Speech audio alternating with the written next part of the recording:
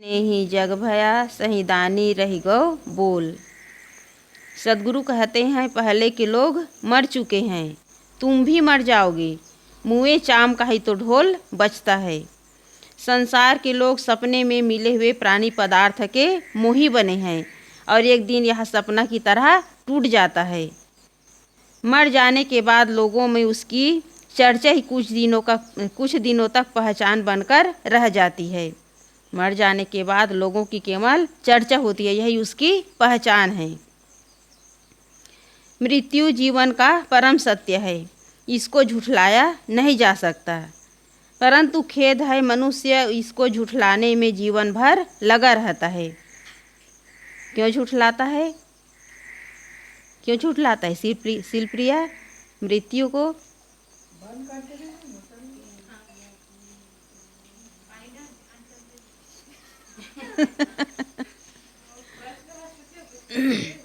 ललिता, मृत्यु को क्यों झुठलाते हैं लोग?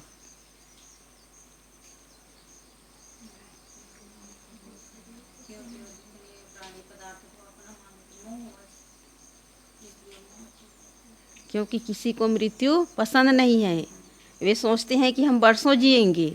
प्राणी पदार्थों के मोह में इतने आकंठ डूबे रहते हैं कि आदमी को मृत्यु पसंद नहीं है, लेकिन मरना निश्चित है। यही जीवन का परम सत्य है। जीवन सत्य नहीं, मृत्यु सत्य है।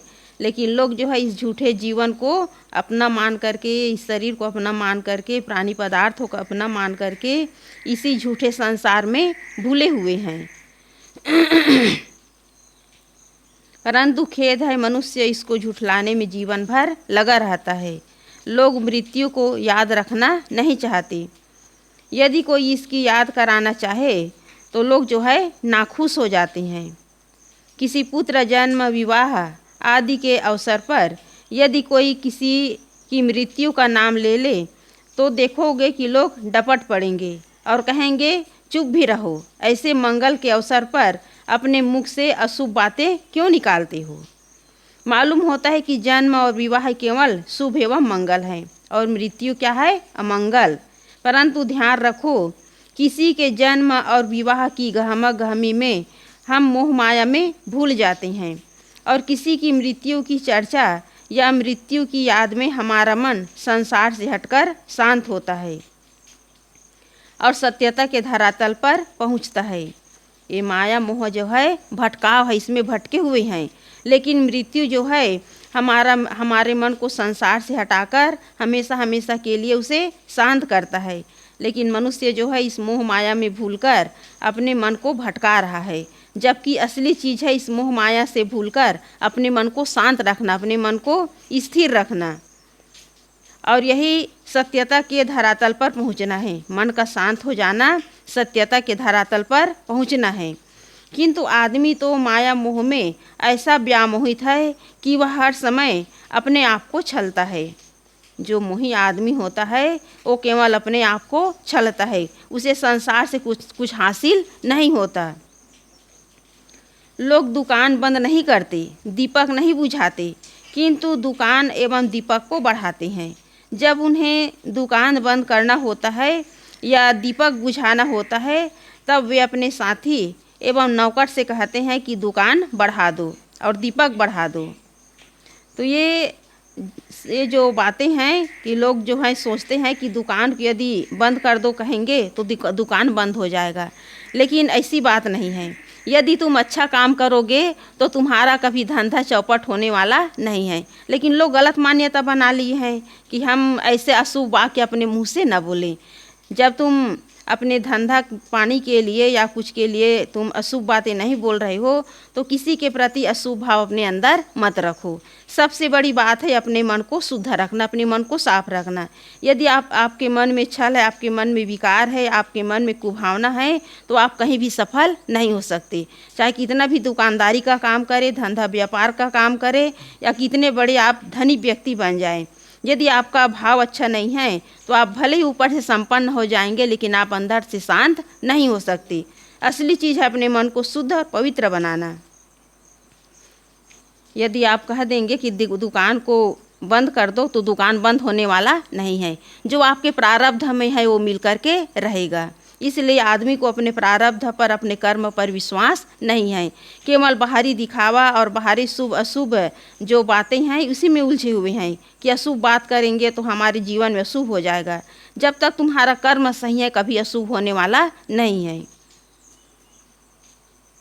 कहा जाता है कि जब सिंह उसके ऊपर हमला करता है, शुतुरमुर्ग एक ऊंचा जानवर होता है, और कहा जाता है कि जब सिंह उसके ऊपर हमला करता है तब वह अपने मुंह को बालू या कचड़े में गाड़ देता है और आंखें बंद कर लेता है। वह समझता होगा कि जब मैं सिंह को नहीं देखूंगा तो वह भी मुझे नहीं देखेगा। यही दशा व्यामोहित मनुष्यों की है। वह सोचता है कि मैं मौत को याद नहीं करूंगा तो वह मुझे भी भूले रहेंगे। परंतु यह ध्यान रखना चाहिए कि हम चाहे मौत को याद रखें या न रखें, वह हमारे सोते जागते 24 घंटे प्रतिपल हमारी ओर निरंतर आ रही है। उसका आना कोई रोक नहीं सकता।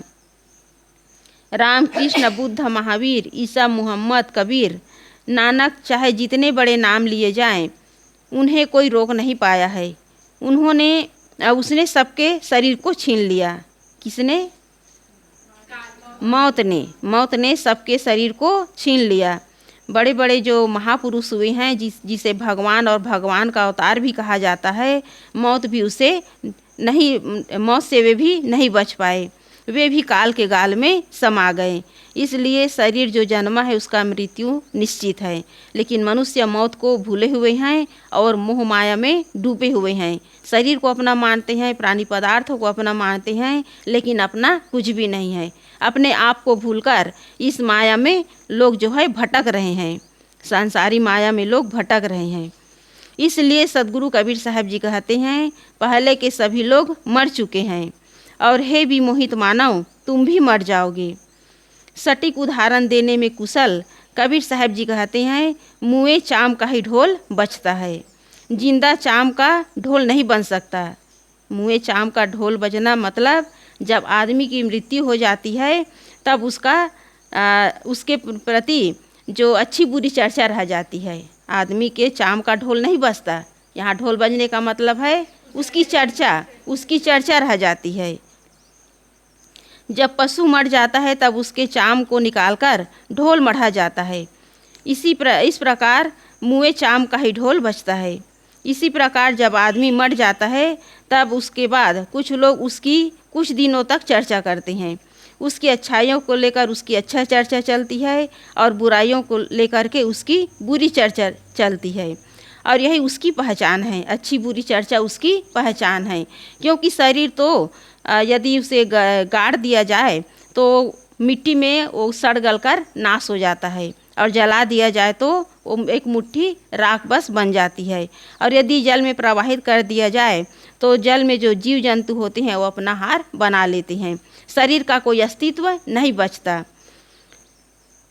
लेकिन लोग जो है इसी शरीर का अहंकार करते हैं। और प्रायः देखा जाता है कि जो जंगली जानवर होते हैं उसके शरीर को बड़े बड़े म्यूज़ियम में रखते हैं, उसका प्रदर्शन के लिए रखते हैं। लेकिन आदमी का जो शरीर है वो कहीं म्यूज़ियम में नहीं रखा जाता। यदि कहीं रखा जाता है तो डॉक्टर लोग मेडिकल में रिसर्च करने के लिए रखते हैं, शरीर का रिसर्च करने के लिए रखते हैं, लेकिन उसका कोई प्रदर्शन नहीं रखा जाता। तो लोग जो है इसी झूठे शरीर का अहंकार करते हैं।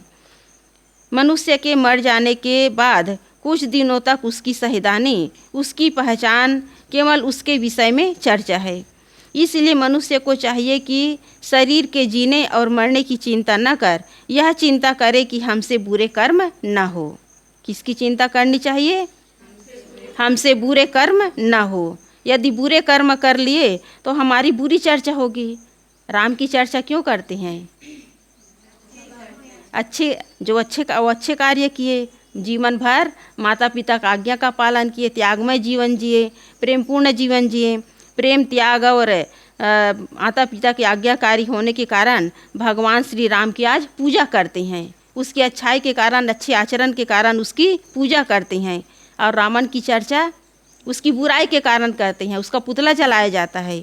इसलिए संसार में जो भी अच्छे कर्म करते हैं उसकी अच्छी चर्चा होती है, और जो बुरे कर्म करते हैं उसकी बुरी चर्चा होती है। यही केवल मनुष्य की पहचान है। हमारे बुरे कर्म हमें तुरंत दुख देने लगते हैं और उसको लेकर हमें जीवन काल में और मरने के बाद भी हमारे लिए बुरी चर्चा होती है। वस्तुतः जीवित रह कर के भी वही मरा है जिसके लिए सर्वत्र बुरी चर्चा है। जो जीवित रह कर के भी मरा है उसके लिए बुरी चर्चा है, और जो मर कर के भी मानो जीवित है उसके विषय में अच्छी चर्चा है।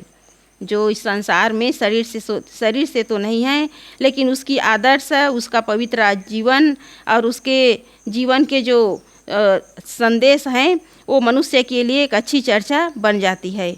वो शरीर से तो नहीं रहते, लेकिन वाणी के रूप में, आदर्श जीवन के रूप में वो लोगों के सामने हमेशा रहते हैं। तो जितने भी महापुरुष हुए हैं उनकी याद क्यों की जाती है? क्योंकि वो आदर्शमय जीवन जिए, समाज को, लोगों को कुछ संदेश दे करके इस संसार से चले गए। इसलिए आदमी जो है, जो अच्छा कर्म करता है, सही मार्ग पर चलता है, आदर्शमय जीवन जीता है, उसका शरीर तो नहीं रहता, लेकिन उसका आदर्श लोगों के लिए प्रेरणा बन जाता है। इसलिए अच्छी बुरी चर्चा ये हमारे अच्छे बुरे कर्म के आधार पर ही होती है। इसलिए मनुष्य को चाहिए कि वो जीते जी अपने अच्छे व्यक्तित्व का निर्माण करे। गलत आदर्श, गलत भाव, गलत चिंतन ये हमें गलत दिशा की ओर ले जाती है और हमारे बुरे व्यक्तित्व का निर्माण होता है। इसलिए मनुष्य की पहचान केवल उसकी अच्छी बुरी चर्चा है। सपन सने ही जग भया। संसार के लोग सपने के प्रेमी बने हैं। सपने में मोहक प्राणी और पदार्थ मिलते हैं, बहुत सारी अनुकूलताएं मिलती हैं, उनमें उस समय मोह भी होता है, परंतु नींद टूटते ही सपना समाप्त हो जाता है और सपना की बुरी घटनाएं भी जागने पर नहीं रह जाती है। तो सद्गुरु कहते हैं कि हे मानव, तू मृत्यु का शिकार है। तू इन सपने के प्राणी पदार्थों के मोह में पड़कर बुरे कर्म मत कर। तू किसका गर्व करता है? पहले के लोग मर चुके हैं, तू भी मर जाएगा। यहाँ कुछ भी स्थायी रहने वाला नहीं है। यहाँ से सबको एक दिन जाना है। जाने के बाद थोड़े दिनों के लिए केवल तुम्हारी चर्चा रहेगी, उसके बाद लोग तुम्हें भूल जाएंगे। इसलिए सपने से जागकर अपने स्वरूप स्थिति का काम करो, और यही जीवन का असली काम है। इस संसार में कोई किसी का नहीं है, और किसका गर्व करोगे, किसका अहंकार करोगे? न ये शरीर अपना है, न प्राणी अपना है, न पदार्थ अपना है। और जो थोड़े समय के लिए जो मान सम्मान मिल रहा है वो भी क्षणिक है, उसमें भी क्षणिक सुख है, वो भी स्थायी रहने वाला नहीं है। इसलिए अपनी आत्म स्थिति के अलावा जो भी बाहर मिला हुआ है वो केवल 4 दिनों के लिए मिला हुआ है, और उसमें न स्थायी सुख है, न उसमें स्थायी स्थिति है।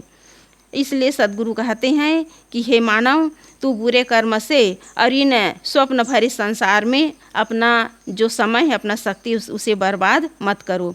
यहाँ कुछ भी स्थायी रहने वाला नहीं है। इसलिए सद्गुरु कबीर साहब जी लोगों को जगा रहे हैं कि तुम स्वप्न में इस संसार में भूले हुए हो, स्वप्न भरे संसार में तुम भूले हुए हो। जैसे लोग स्वप्न देखते हैं और जब नींद टूटती है तो कुछ भी हाथ नहीं आता, उसी प्रकार ये संसार का सारा संबंध सपने के समान है, कुछ भी हाथ आने वाला नहीं है। सद्गुरु कबीर साहब जी ने भी कहा है कि जागो लोगो मत सोओ, मत करो नींद से प्यार, जैसे सपना रैन का वैसा या संसार। लोग मोह नींद में सोए हुए हैं और इसी में लोग जो है भूले हुए हैं कि ये मेरे अपने हैं, जबकि यहाँ कुछ भी अपना नहीं है। अगली साखी है, मुआ है मरी जाओगे, बिन सिर थोथी भाल, परेहु करायल वृक्षतर, आज मरहु की काल। पहले के लोग मर चुके हैं, तुम भी अविवेक रूपी बिना धार के भोथरे भाले के प्रहारों से एक दिन मर जाओगे। क्षण भंगुर संसार रूपी बिना पत्ते और बिना छाया के कटीले झाड़ीदार करील पेड़ के नीचे पड़े हो, आज मरो या कल, लेकिन मरना निश्चित है। कबीर साहब की पैनी वैराग्य दृष्टि और कहने का तीखे उदाहरण सहित अद्भुत विदग्धात्मक तरीका हृदय को झकझोर देते हैं। साहब कहते हैं कि पहले के सभी लोग मर चुके हैं, तुम्हें भी मर जाना है। बिना धार और भोथरे भाले से मार मार कर यदि किसी की हत्या की जाए तो उसको बड़ी पीड़ा होगी, और वह जो है देर से मर सकेगा। यदि किसी प्राणी की हत्या करें और जो भोथरे धार वाले हथियार हो, बिना धार वाले हथियार हो, उससे किसी की हत्या की जाए तो वो उसको मारने में बहुत देर लगेगा, क्योंकि बिना धार वाले हथियार से यदि मारा जाए तो जो जिस पर वार किया जा रहा है, जिसे मारा जा रहा है, उसे बड़ी पीड़ा होगी। और यदि धारदार हथियार से मारा जाए तो एक ही पल में उसका शरीर जो है छूट जाएगा, उसे ज़्यादा पीड़ा नहीं होगी। तो तेज धार के हथियार से मरने पर आदमी जल्दी मर जाता है, परंतु भोथरे हथियार से मारने पर बड़े दुखपूर्ण देर से मरता है। जो अविवेक एवं मोह से ग्रसित है, उसका मरना मानो भोथरे हथियार से मरना होता है। यहाँ भोथरे हथियार से मरना क्या है? अविवेक एवं मोह से ग्रसित, जो मोह और अविवेक से ग्रसित लोग हैं, उन्हीं का मरना जो है भोथरे हथियार से मरना होता है। जो व्यक्ति जीवन भर राग, द्वेष, शोक, मोह, चिंता, विकलता आदि में पीस कर मरता है, वह मानो भोथरे हथियार से मारा जाकर मरता है। जीवन की सफलता सदैव मन का प्रसन्न रहना है। दुखी रहना या प्रसन्न रहना यह ज़्यादा भौतिक स्थितियों पर निर्भर नहीं करता। किस पर निर्भर करता है? किस पर निर्भर करता है? प्रसन्न रहना किस पर निर्भर करता है? दुखी रहना, सुखी रहना, प्रसन्न रहना किस पर निर्भर करता है? अपने विवेक पर। यदि आदमी जो है कम परिस्थितियों में भी यदि वो संतुष्ट है तो थोड़े से चीज़ों में भी वो सुखी रह सकता है। और यदि उसके मन में तृष्णा है, उसके मन में सांसारिक वासना है, तो उसके सामने कितनी भी भौतिक पदार्थ है उसके सामने रख दिया जाए, उसका मन कभी संतुष्ट होने वाला नहीं है। तृष्णा में उसका मन दौड़ता रहता है। इसलिए दुखी रहना, सुखी रहना, प्रसन्न रहना ये मनुष्य के विवेक और अविवेक पर निर्भर करता है। इसलिए जब मनुष्य का पूर्ण विवेक उदय हो जाता है तब वह कृतार्थ हो जाता है और हर समय प्रसन्न रहता है। परंतु जब तक यह स्थिति नहीं आती, चाहे आदमी कितना धनी और सब चीज़ों से संपन्न हो, वो दुखी ही बना रहता है। इसलिए दुखी और सुखी होना भौतिक स्थितियों पर निर्भर नहीं करता। कितने ऐसे लोग हैं जो गरीब परिस्थिति में भी सुख से जीवन जीते हैं, क्योंकि उसके अंदर सांसारिकता के प्रति चाहना नहीं है। और अधिकांश जो साधक होते हैं, जो साधना मार्ग में चलते हैं, जो सारी भौतिक स्थितियों से अपने मन को ऊपर उठा लेते हैं, उसके जीवन में हमेशा ही सुख रहता है, उसका मन हमेशा प्रसन्न रहता है। क्योंकि जब तक आदमी के अंदर विवेक नहीं होगा, जब तक आदमी के अंदर संसार की असारता की समझ नहीं होगी, तब तक वो संसार में भटकते रहेंगे। इसलिए मुख्य बात है विवेक पूर्वक जीवन जीना, विचार पूर्वक जीवन जीना। संसार के अधिकतम लोग दुखी ही दिखते हैं, कोई विरला है जो विवेक संपन्न है और सुखी हैं। अतएव सद्गुरु कहते हैं कि हे मानव, तू माया के मोह में आसक्त होकर निरंतर पीड़ित है और इस संसार में विषय, इच्छा एवं चिंता, शोक में तिल तिल कर पीड़ित होता है। इसी रफ्तार में तेरा अंत आ जाता है। आदमी जितना मोह माया में आसक्त होगा, उतना ही उसके जीवन में चिंता और शोक बढ़ता चला जाएगा और इसी चिंता और शोक में उसका जीवन जो है अंत में समाप्त हो जाता है। तो सद्गुरु यहाँ उदाहरण देते हैं कि करीले के पेड़ में पत्ते नहीं होते, वह कांटा युक्त एवं झाड़ीदार होता है, उसमें न छाया होती है न फल होता है। यह क्षणभंगुर संसार इसी प्रकार का है, न इसमें जी को शीतलता मिलती है, न इसमें कोई उत्तम फल है। भौतिक पदार्थों के रागी आदमी को जीवन भर परिवर्तनशीलता एवं क्षणभंगुरता का अनुभव कराते हुए अंत में यहाँ से चले जाना पड़ता है। भौतिक उपलब्धियों का अंततः कोई फल नहीं होता, सब कुछ जहाँ का तहाँ रह जाता है, जीव अकेला चला जाता है। व्यामोहित मनुष्य को धन, भवन, स्त्री, पुत्र, पति, प्रतिष्ठा आदि से सुख प्राप्ति की बड़ी लंबी आशा रहती है, परंतु उसके जीवन जितने दिन बीतते हैं उसे सबकी असारता का अनुभव होता जाता है। यह प्रत्यक्ष अनुभव की बात है कि बूढ़े लोगों से यदि पूछा जाए कि तुम्हारे जीवन का अंतिम सार क्या है, तुम इतने दिन तक जीवन जिए हो, 70 साल, 80 साल, 90 साल, तो संसारी लोगों से यदि पूछा जाए तो वे लोग जो सच्चे अनुभवी होते हैं, वो अपने जीवन का सच्चा अनुभव बताते हैं कि इस संसार में कोई सार नहीं है, क्योंकि ये संसार जो है मतलब का संसार है। यहाँ जितने भी लोग हैं सब अपना स्वार्थ सिद्ध कर रहे हैं, और इस मतलब भरे संसार में यदि हम इन लोगों के साथ यदि संबंध करते हैं, मतलबी लोगों के साथ, तो हमारा काम कभी होने वाला नहीं है। और सदगुरु कबीर साहब जी यही की हैं, वो मतलबियों से मतलब नहीं रखे हैं, तब तो मस्तमौला जीवन जिए हैं और संसार को संदेश दे करके गए हैं कि स्वार्थ भरे संसार में कोई किसी का नहीं है। भौतिकता के रागियों को अंततः इस संसार से केवल निराशा ही हाथ लगती है, वह निराशा में ही मरकर चला जाता है।